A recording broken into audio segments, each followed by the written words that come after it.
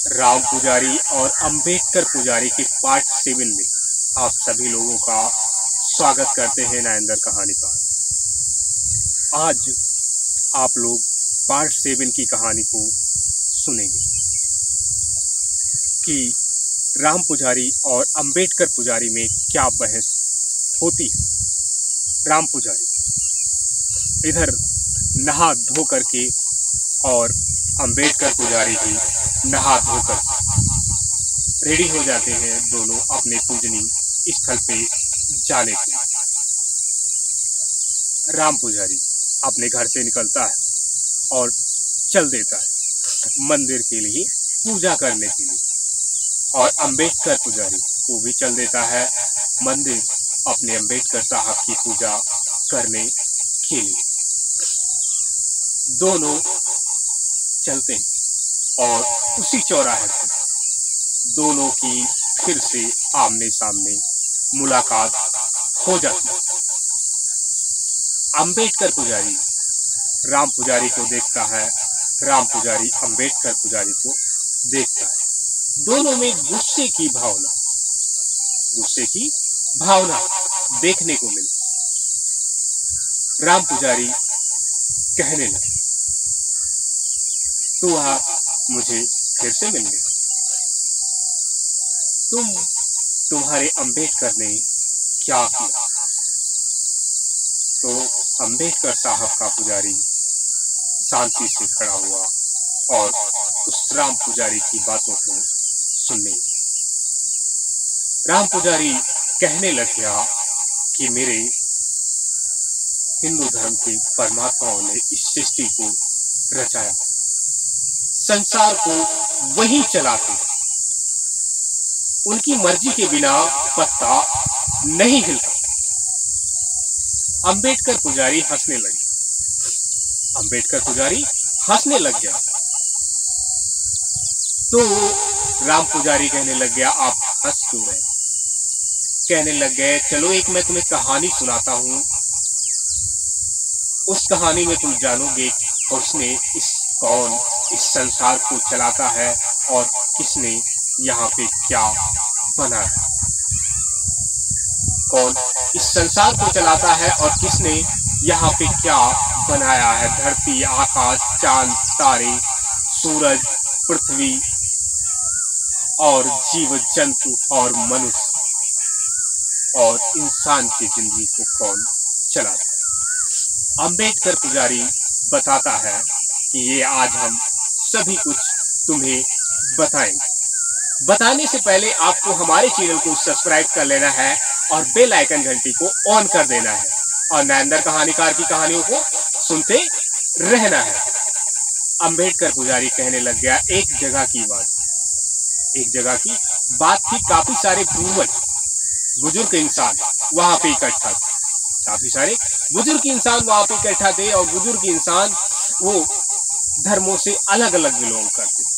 एक हिंदू धर्म से बिलोंग करता था, एक मुस्लिम धर्म से बिलोंग करता था, एक सिख धर्म से बिलोंग करता था, एक ईसाई धर्म से बिलोंग करता था, एक बौद्ध धर्म से बिलोंग करता था।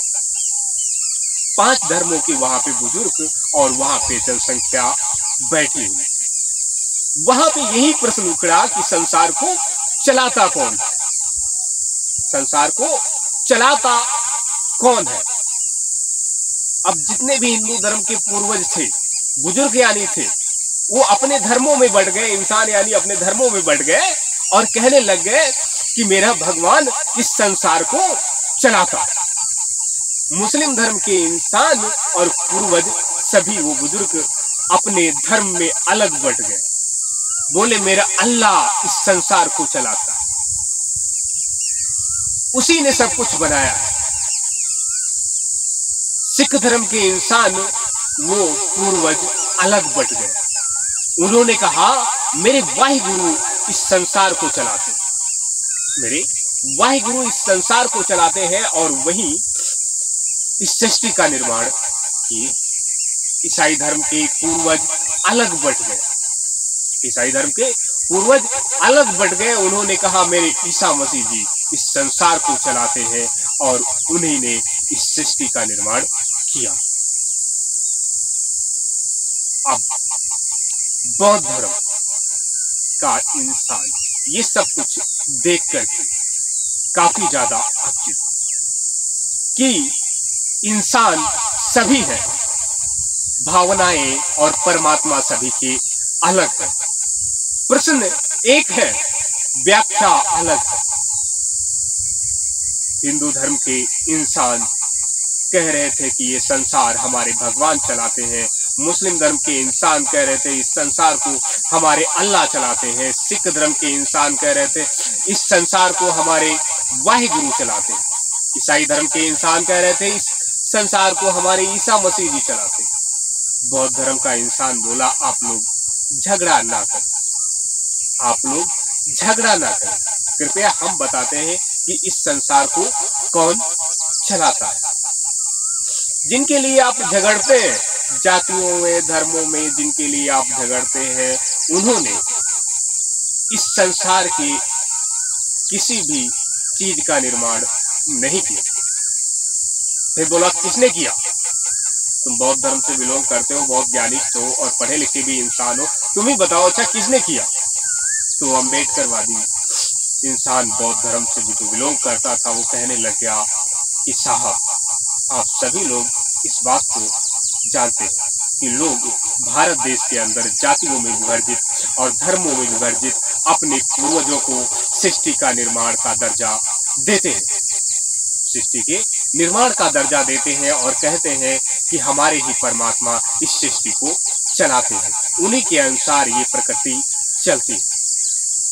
लेकिन वास्तव में ये सभी आप लोगों के जिनकी आप पूजा करते हैं वो सभी आप लोगों के पूर्वज।